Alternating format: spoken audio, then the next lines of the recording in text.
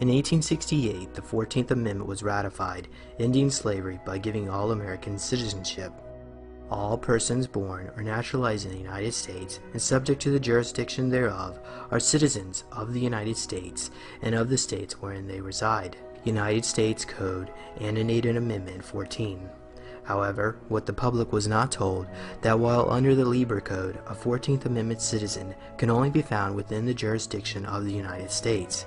That is, all government employees, all those who live in territories occupied by the federal government, such as Washington, D.C., and the former slaves.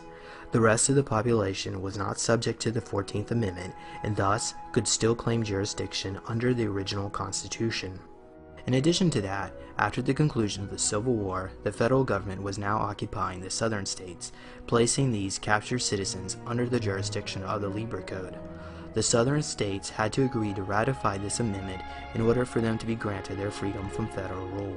Thus, instead of ending slavery, the 14th Amendment held all Southerners captive as slaves in the plantation known as the United States of America. Just like how all citizens were turned into corporations in 1790 to subject them to the Revolutionary War debts, 14th Amendment citizens were created to be franchisees, subject to the corporation known as the United States Incorporated. And like all corporate brands, you do not have any constitutional Bill of Rights protections. Proof of such can be found in the all-caps version of your name, which signifies a corporate entity. After the Civil War, the United States defaulted on its war debt.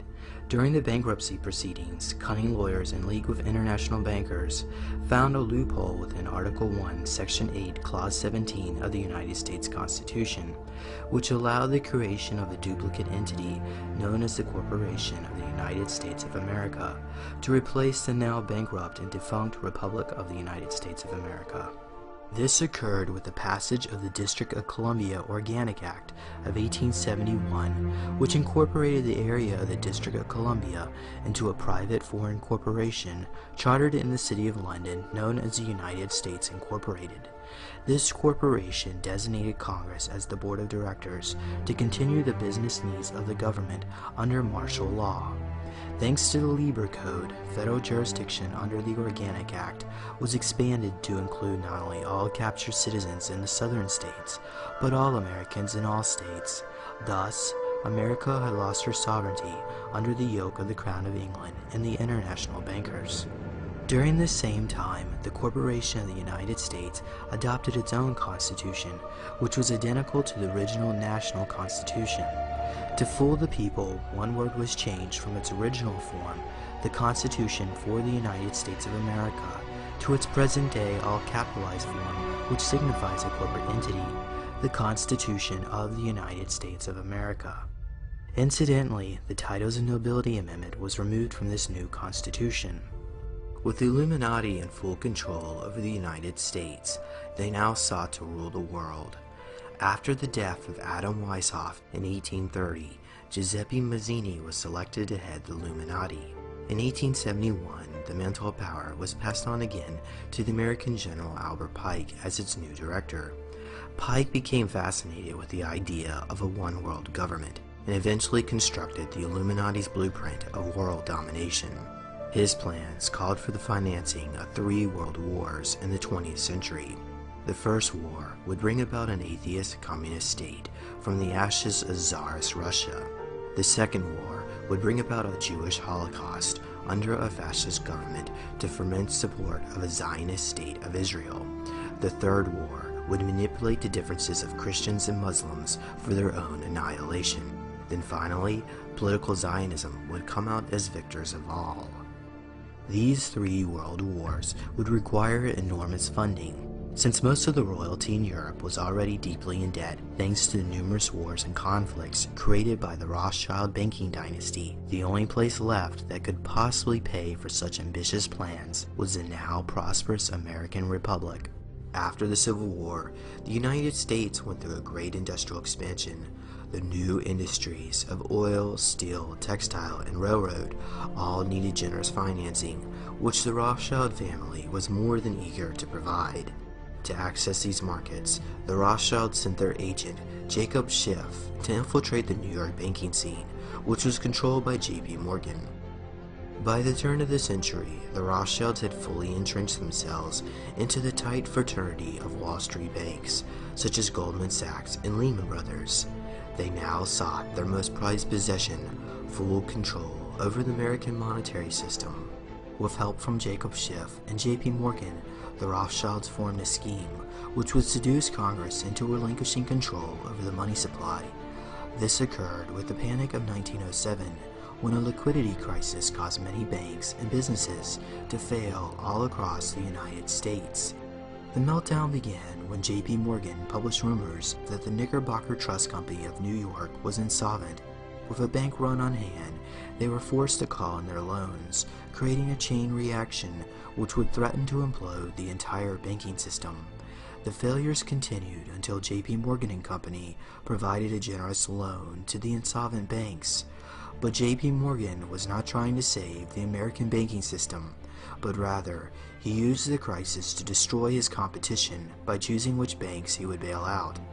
But the biggest casualty of the economic fallout was the looming bankruptcy of the Corporation of the United States, which had no means to pay back their loans, which were due in 1912. In anticipation of this bankruptcy, representatives from the world's most powerful families met in November 1910 at a secret meeting at the Jekyll Island Club Resort in Georgia to discuss the foreclosure of the Corporation of the United States and to brainstorm solutions which would prevent future liquidity crises such as occurred during the Panic of 1907. Those in attendance included Senator Nelson Aldrich, Paul Warburg, representatives from J.P. Morgan & Company, and Jacob Schiff, representing the Rothschild family.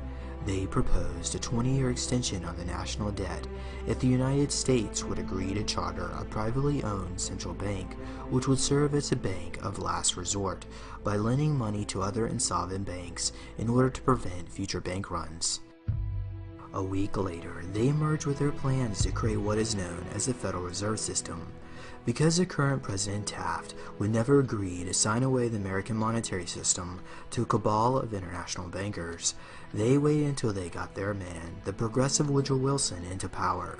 In return for the bankers' generous campaign contributions, Woodrow Wilson reluctantly promised the bankers he would sign the Federal Reserve Act if he was elected into office.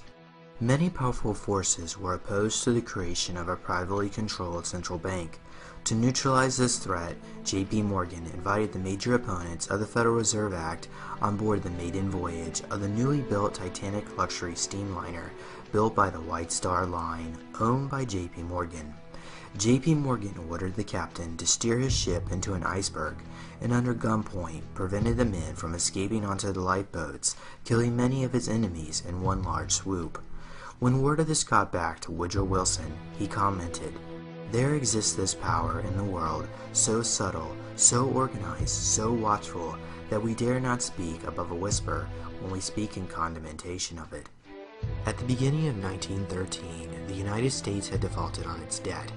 After being denied a new line of credit, the now President Woodrow Wilson faced a constitutional crisis. With no other sources of funding, he went along with the bankers' schemes engineered at the Jekyll Island Resort. To avoid any opposition, Senator Nelson Aldrich quickly pushed the Federal Reserve Act through both houses of Congress. On December 23, 1913, while most of Congress was away on Christmas vacation, a quorum call was issued. A few selected congressional traitors voted by voice to avoid public record and passed the Federal Reserve Act, which President Wilson signed into law. Wilson later admitted with remorse when referring to the Fed, "I have unwittingly ruined my country."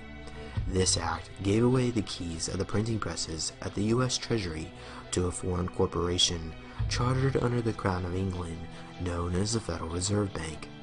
The Federal Reserve was created by Congress in 1913, and it was entrusted with the power granted originally to the Congress by the U.S. Constitution to coin money and regulate the value thereof.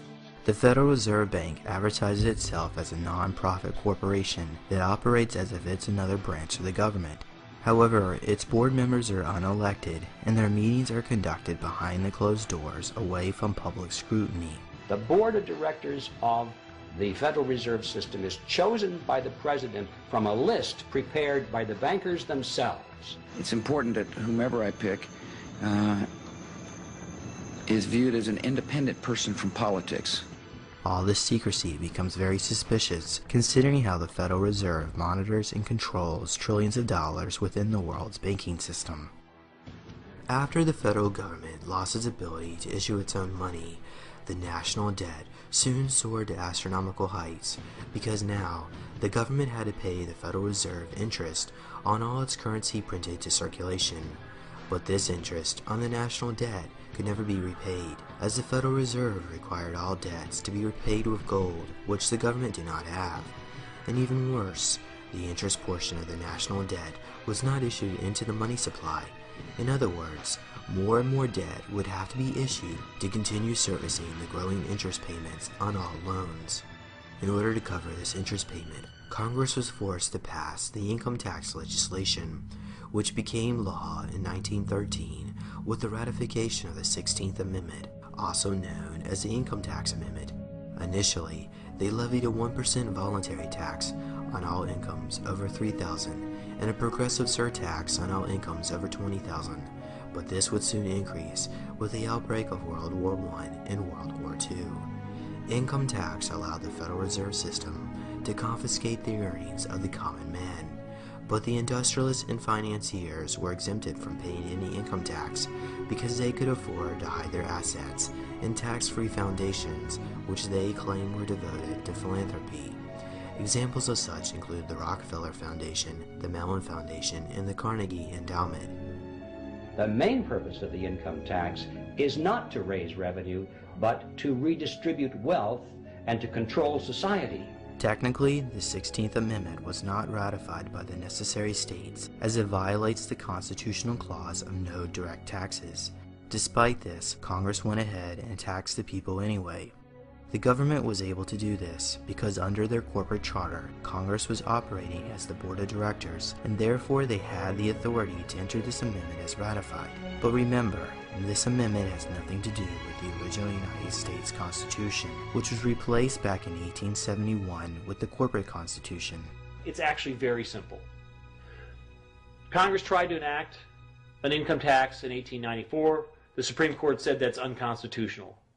When the Supreme Court says something is unconstitutional, it's unconstitutional. They tried again in 1913, and the Supreme Court said the 16th Amendment conferred no new power of taxation.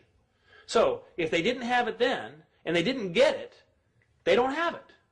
There is no constitutional basis for a tax on the wages of Americans living and working in the 50 states of the Union. Period. End of argument.